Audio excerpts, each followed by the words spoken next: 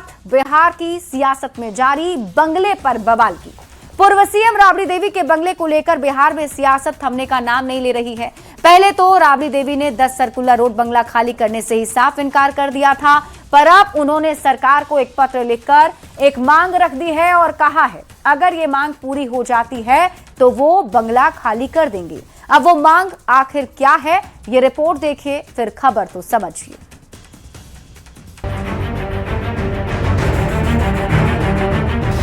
Rabri Devi 10 circular road छोड़ने को तैयार, सरकार से पत्र लिखकर की अनोखी मांग।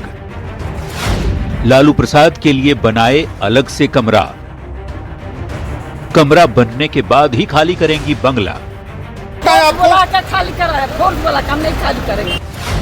अब तक 10 सर्कुलर रोड बंगला खाली नहीं करने की जिद पर अड़ी पूर्व सीएम राबड़ी देवी ने अपना फैसला बदल लिया है। अब वो अपने नए आवंटित बंगले 39 हार्डिंग रोड में शिफ्ट होने को तैयार है, पर इसके लिए उन्होंने एक शर्त रखी है। राबड़ी देवी ने सरकार को पत्र लिखकर लालू प्रसाद के लिए नए बंगले में अलग से एक कमरे की मांग की है।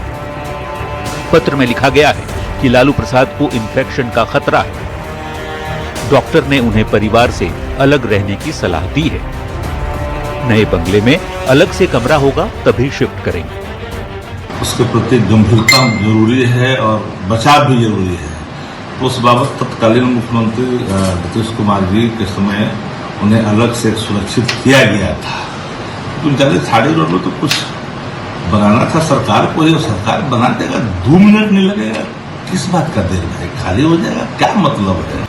बिहार के डिप्टी सीएम विजय चौधरी ने राबड़ी देवी की मांग पर विचार करने का भरोसा दिया है। सरकार के हर मंत्री या हर पदासीन व्यक्ति को सरकार के जो नियम कानून है उसके हिसाब से चलना चाहिए।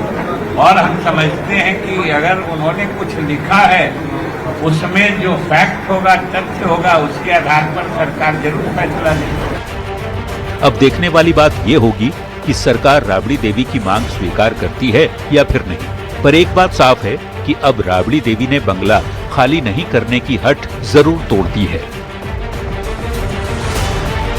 अब एक तो बात यहाँ पे साफ हो चुकी है कि राबड़ी देवी नहीं चाहती हैं कि अब इस मुद्दे को लेकर और सियासत हो और किचकिच हो, और इसी कारण से राबड़ी देवी ने ये फैसला लिया है कि वो 10 सर्कुलर रोड को छोड़ेंगी। लेकिन एक शर्त है, वो शर्त यही है कि 39 हार्डिंग रोड में भी लालू प्रसाद यादव के लिए एक कमरे का निर्माण सरकार द्वारा करा दिया जाए। तो राबड़ी देवी ने ये पत्र लिखकर मांग की है। हम आपको अब पूरी खबर समझाते हैं, आखिर इस बंगले पर इतना बवाल क्यों मचा हुआ है। तो आप खबर तो समझिए, राबड़ी देवी के नए बंगले पर बवाल को समझिए। देखिए, राबड़ी देवी फिलहाल 10 सर्कुलर रोड वाले बंगले में रह रही हैं और अब उन्हें ये बंगला खाली करने का नोटिस भेज दिया गया है। उन्हें बिहार विधान परिषद में नेता प्रतिपक्ष के तौर पर 39 हार्डिंग रोड वाला सरकारी बंगला आवंटित किया गया है, यानी अब उन्हें उस बंगले में शिफ्ट होना है। अब तक तो राबड़ी देवी बंगला खाली करने से पहले साफ इनकार कर रही थी, लेकिन पर अब उन्होंने एक शर्त रख दी है। उन्होंने कहा है कि जो नया बंगला है उसे लेकर उन्होंने सरकार को एक पत्र लिखा, लालू प्रसाद के लिए नए बंगले में एक अलग कमरा की मांग कर दी है। उन्होंने ये भी कहा कि जब तक व्यवस्था नहीं होती है तब तक वो वहां शिफ्ट नहीं करेंगे। अब आप ये समझिए कि लालू प्रसाद के लिए अलग कमरे की मांग आखिर क्यों की जा रही है। तो पूर्व सीएम राबड़ी देवी ने अपने पत्र में लिखा है कि लालू प्रसाद को इन्फेक्शन का डर है और डॉक्टर ने भी सलाह दी है कि परिवार से उन्हें अलग ही रखा जाए।